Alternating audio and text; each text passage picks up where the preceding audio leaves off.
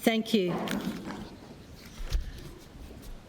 Members and guests, to serve in the Parliament of Western Australia is a rare privilege, one that I've never taken for granted. For a woman to serve in this place has been an even rarer privilege. When elected in March 1994, I was only the 18th woman to ever be elected to this place. To be selected by one's peers to serve in Cabinet is an even rarer opportunity.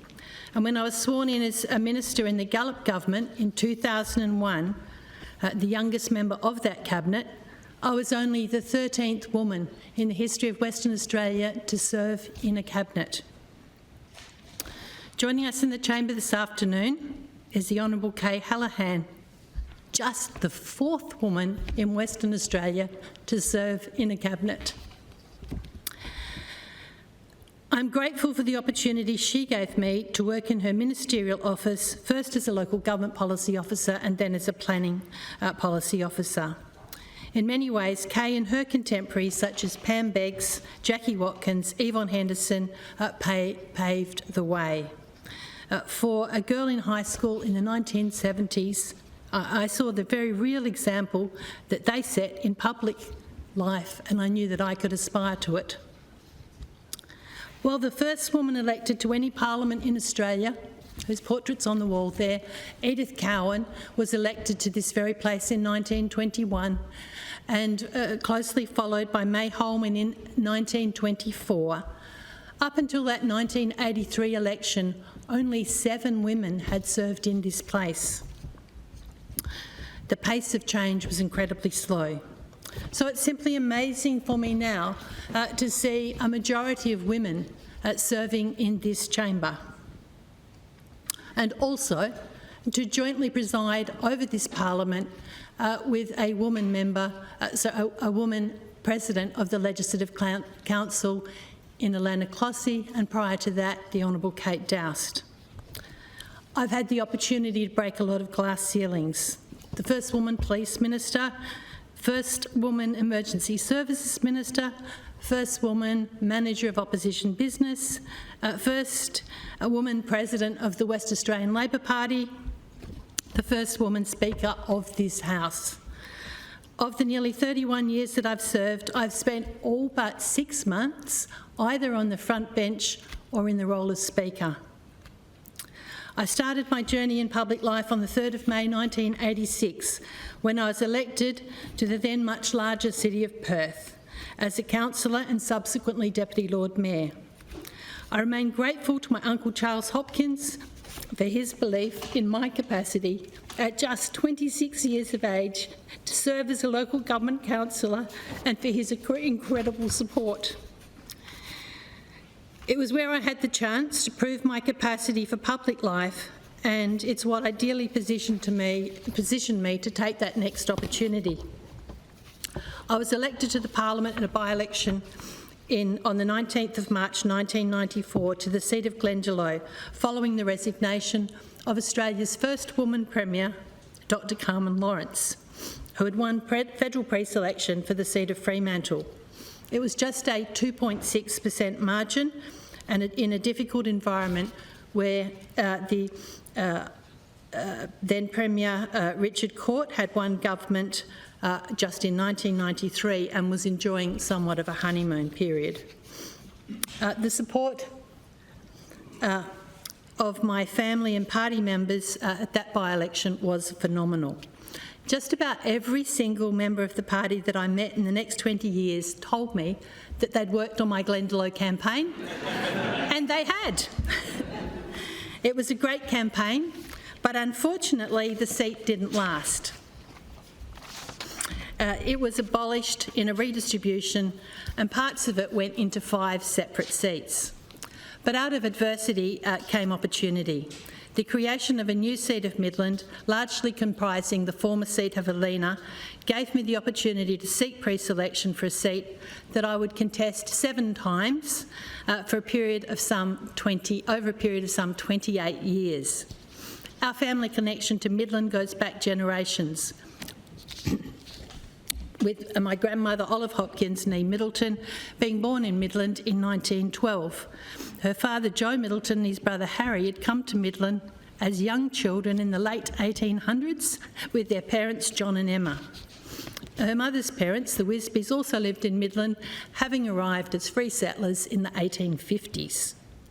When I contested Midland at the election in December 1996, the Court government had closed the Midland Railway workshops, despite promising in 1993 to turn them into a centre of engineering excellence. They were mothballed and they did nothing but collect dust for the next 3 years.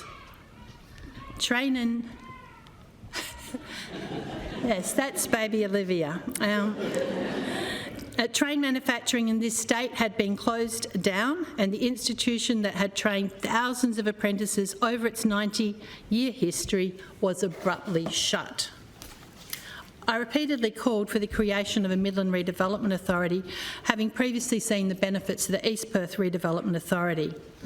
Having had my calls rejected time and time again, the Court government finally caved in and created an authority just ahead of the 2001 election, but made little financial commitment to it. The Gallop government prioritised the Midland Railway Workshops precinct, restoration works began, we commenced a workers' wall where people were able to have the names of their relatives inscribed on it. The first part of that new precinct was the police component, starting with the Police Communications Centre, the State Communications Centre, followed by the 3-storey state-of-the-art Police Traffic Centre, which was largely cleverly retrofitted into an historic railway warehouse building, and the final part was the state-of-the-art State Police Forensic Facility. The Carpenter government and Health Minister McGuinty also made a commitment, including site selection and funding, to relocate the Swan District Hospital to the workshop site. But this was delayed and privatised by the Barnett government. As well as St John of God public and private hospitals, other fantastic facilities now exist at Midland Railway Workshops, and they include the Curtin University Medical School, the Plus Life Bone and Tissue Bank, the Stan and Jean Parent Child Advocacy Centre, the Lions Eye Institute, the Icon Cancer Centre, and a myriad of other important medical facilities. It's now a go-to place for all things health in the eastern region. We had 6 brand new government schools built in my time as member, and significant upgrades to many others. Thanks to the member for Mandurah, as Heritage Minister, we've heritage listed the town site of Guildford, Mandoon. It's one of the most intact towns of European first settlement in Australia, with its original town plan still largely unchanged. Its old jail was built in 1841, and a host of other historic buildings more than justify its pre-eminence as being worthy of such recognition. Our new Midland train station and bus interchange is currently under construction. But most significantly, because of the commitment of the McGowan government and Transport Minister Rita Saffioti, rail manufacturing is back in Midland. You only need to tell the Transport Minister that something can't be done to make her twice as determined to achieve it. It's an amazing achievement.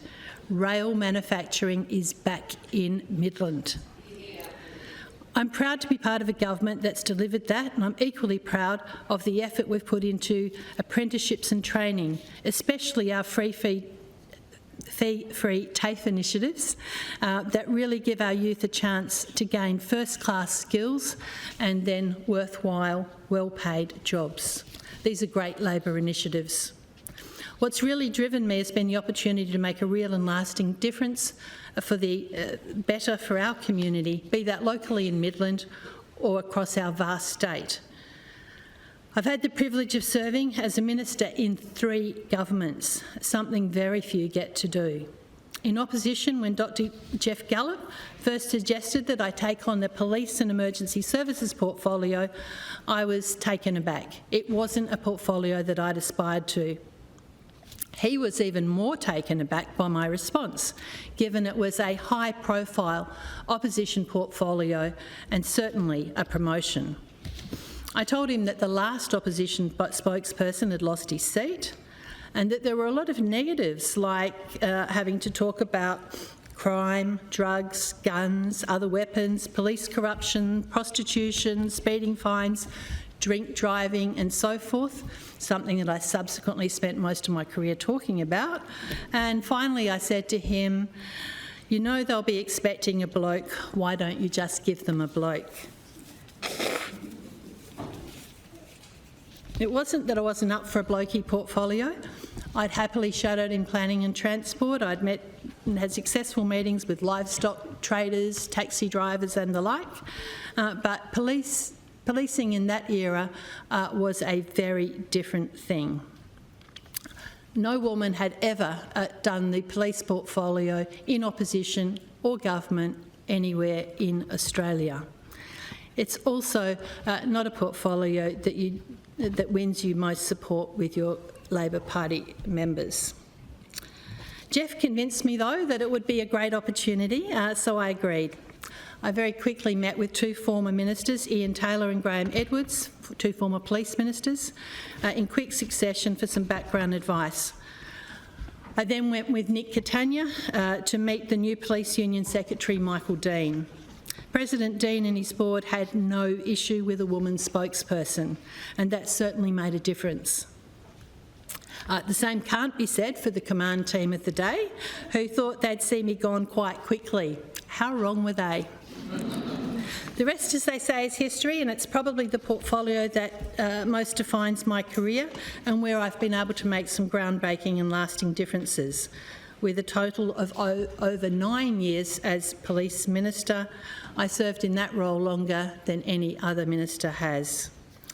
In those first years of the Gallop ministry, we introduced a raft of permanent changes, including the requirement for a compulsory photo and signature on your driver's licence, banning mobile phone use while driving, double demerits for speeding or not wearing a seatbelt on long weekends, decreasing the default speed limit on our roads from 60 kilometres per hour down to 50 kilometres per hour. It's hard to imagine now that all of these things only became law in 2001. Flashing 40-kilometre signage and printing 40 kilometres on roads in school zones were other road safety initiatives. One of our most significant commitments to policing was to policing remote Indigenous communities. Following the Gordon report, we announced a commitment for 9 remote multifunction police facilities to be built with accompanying courthouses and facilities for other government agency support. Quality police housing and higher police pay were other components. These locations were previously unpoliced or policed from bases hundreds of kilometres away. Belgo, for example, was policed with patrols from Newman. Subsequently, with the support of the federal government, an additional 3 remote facilities were built. This was a groundbreaking change, especially for the safety and well-being for women and children in those communities. In an Australian first, we entered into an agreement with the Northern Territory Government to jointly swear in officers in the Northern Territory and Western Australian police forces to properly service the border communities. WA provided an officer to the remote settlement of Kintor in the Northern Territory as the first part of this initiative.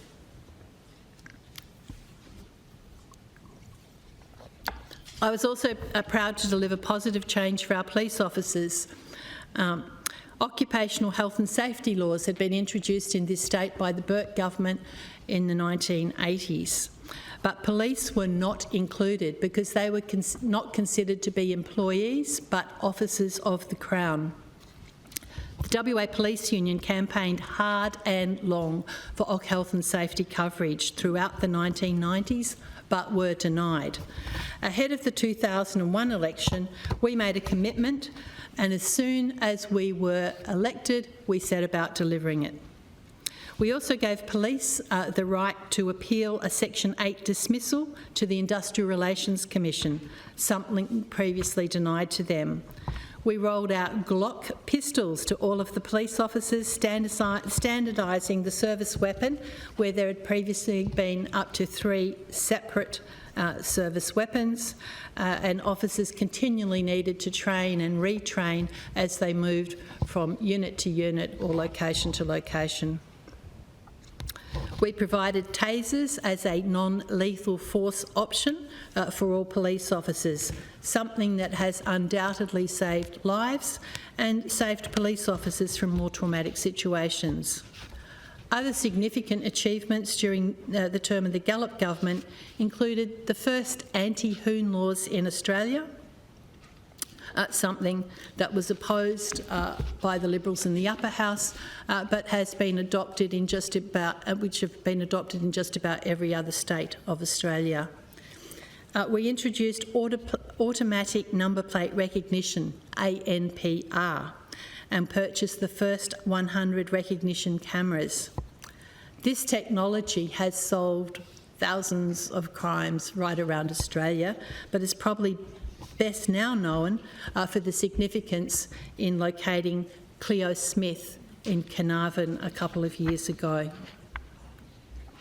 We passed the first legislation for DNA, the taking of DNA in this state, and established the first police DNA database and linked it to a national database. This was the biggest leap forward since the taking of fingerprints, probably 100 years before. We introduced the first sex offender register in Western Australia, and we entered all of those who were offended against children into a national database. As Emergency Service Minister in the Gallop government, the most significant achievement was securing permanent and fair funding model through the Emergency Service Levy. Another truly significant achievement was the introduction of a dedicated helicopter rescue service for the first time in our state, known as the RAC Rescue Chopper. The state government initiative, principally funded by government, has saved many hundreds of lives by getting those that are injured to hospital within that first golden hour. In the housing portfolio, I introduced the shared equity scheme that gave people the chance to get off the rental treadmill and into their own house. It's often claimed that you can't really do anything in opposition, it's just a whinge fest, but that's not the case. It's a time to listen, to plan, to make commitments for when you are in government, and to deliver on things. It's truly satisfying when you do reach government then and you're able to deliver on things like OC health and safety coverage or medical coverage or a redress scheme for injured police officers. Yet there's other potential for real wins. In 2012, I took up the case for Kate Sanderson and Turia Pitt, who suffered life-threatening burns in a bushfire that ripped through the course of the WA tourism-promoted Kimberley Ultramarathon. Many approaches had been made to the Premier and his ministers to establish an inquiry, but they'd been denied. These 2 young women had nearly died, and numerous other runners had been severely injured. But government refused to take any action.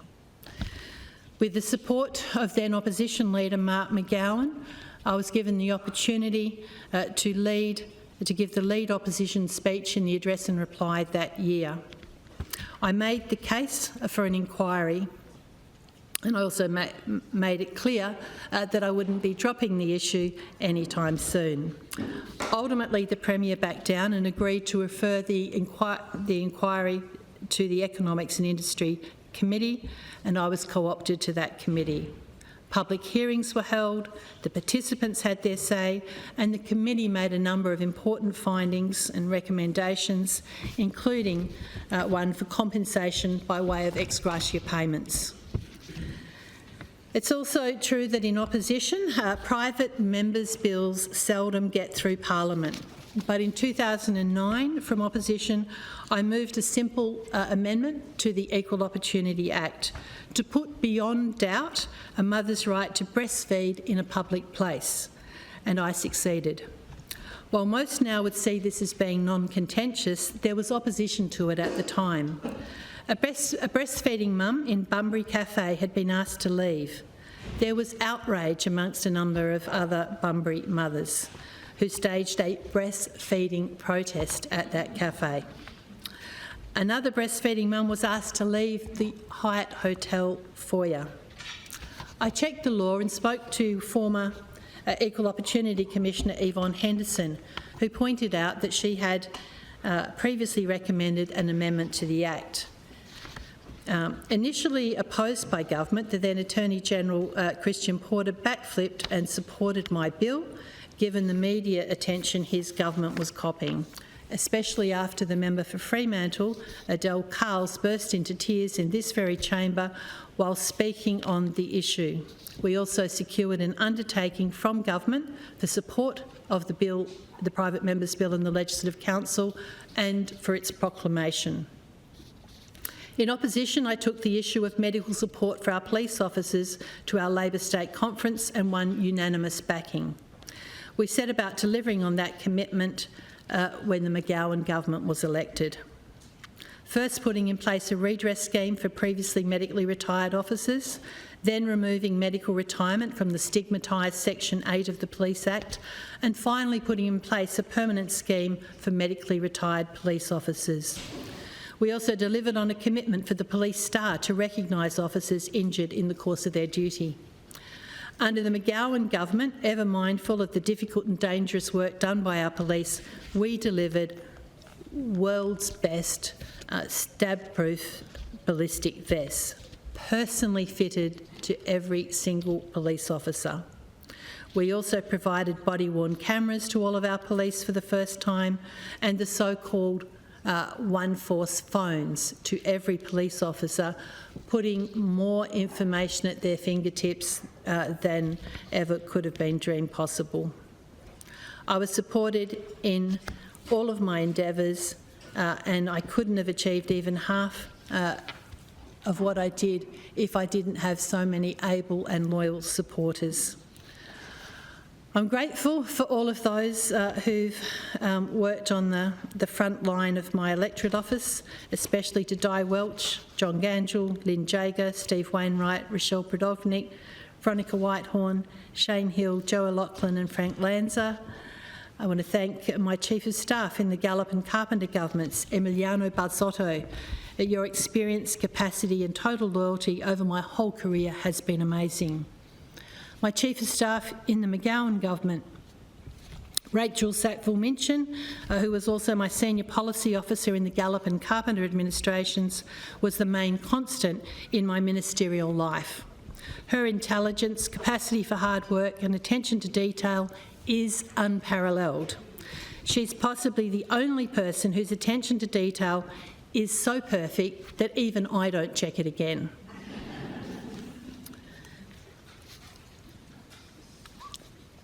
In the early years, I know that some senior police who loved giving everyone a nickname referred to me as the Queen and Rachel as Princess Pushy. But persistence is a quality to be admired, and without our persistence, nowhere near as much would have been achieved. Dr. Bill Ledbetter has been the other constant in my political life, working closely with me in the ministerial office and working alongside me in opposition, always ready to assist. Bill is yet another highly intelligent and capable person. No one writes a better speech. It's hard to single out other ministerial staffers. I had so much assistance from so many high calibre people. I'm truly grateful to you all. But I will mention my executive officers, Nathan Hondras and the wonderful Sally Ann Curtin, and the best appointment secretary ever, Murray Council. I do also want to make special mention of two incredible media advisors, Mark Thompson and Grant Wynne, two of the very best, enormously capable and professional. I always knew both of them had my back and that I could trust their advice. Not many of us get to recommend the appointment of one police commissioner, never alone two. I recommended the appointment of Carlo Callaghan in 2004 and the now Governor, Chris Dawson, to the position in 2017. Both served in that role with distinction. I also make mention of some other senior police that I did find exceptional. Assistant Commissioner Graham Leanett, who gave exceptional assistance with the Royal Commission into Police Corruption. Assistant Commissioner Murray Lampard, who was so dedicated to supporting Indigenous communities and also exceptionally dedicated to road safety. Deputy Commissioner Gary Drybergs, who did such a brilliant job alongside Commissioner Chris Dawson protecting the community during COVID and stepping up to take on many of the Commissioner's duties while he fulfilled that lead role in COVID. I also make mention of Deputy Commissioner Alan Adams, Assistant Commissioner Joe McCabe, Commander Laurie Panaya and the current Commissioner Cole Blanche. But a very special mention to my good friend, the former Police Union President and former staff member in my office, Michael Dean. His assistance was second to none. It's been said, I'm also indebted to several other senior public servants.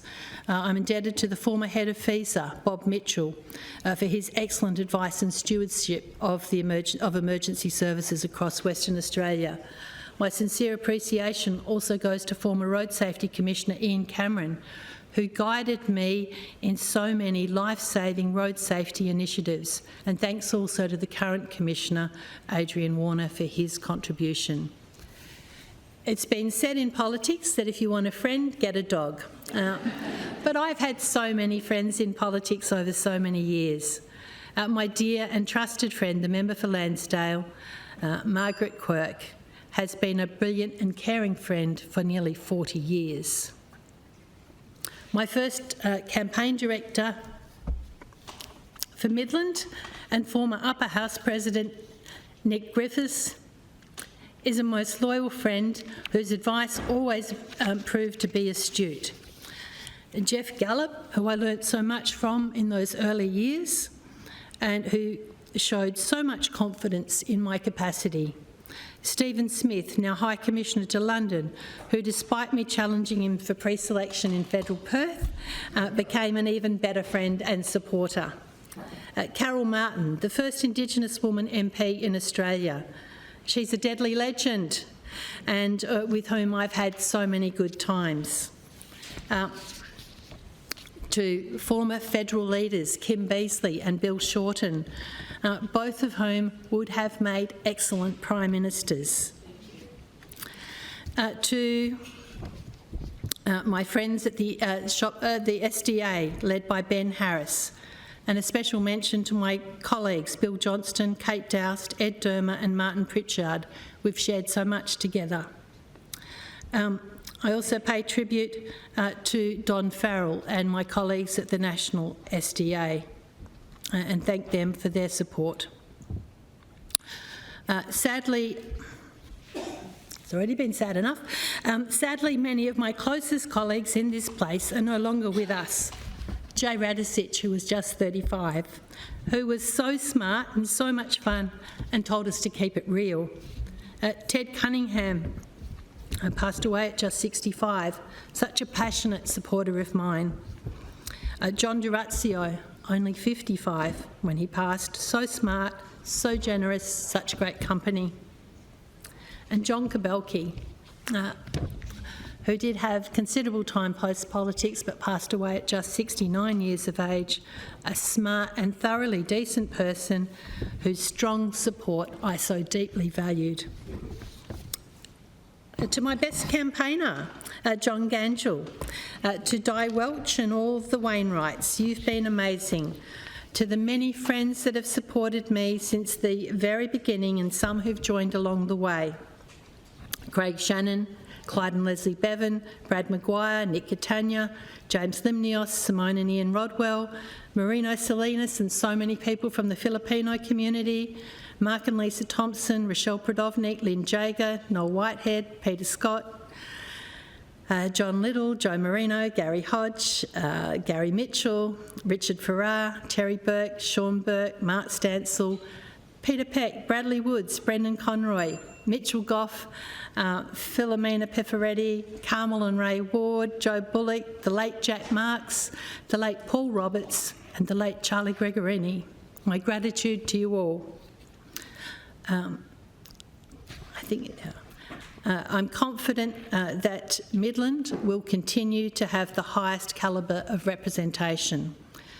Midland is already most capably represented by Tanya Lawrence and her team in the Federal Parliament, along with her strong team. And Midland, hopefully, will soon be represented by Stephen Catania, whom I'm confident will do an outstanding job representing Midland and will make a long and productive contribution to our party and to this Parliament. He certainly has the credentials to do so.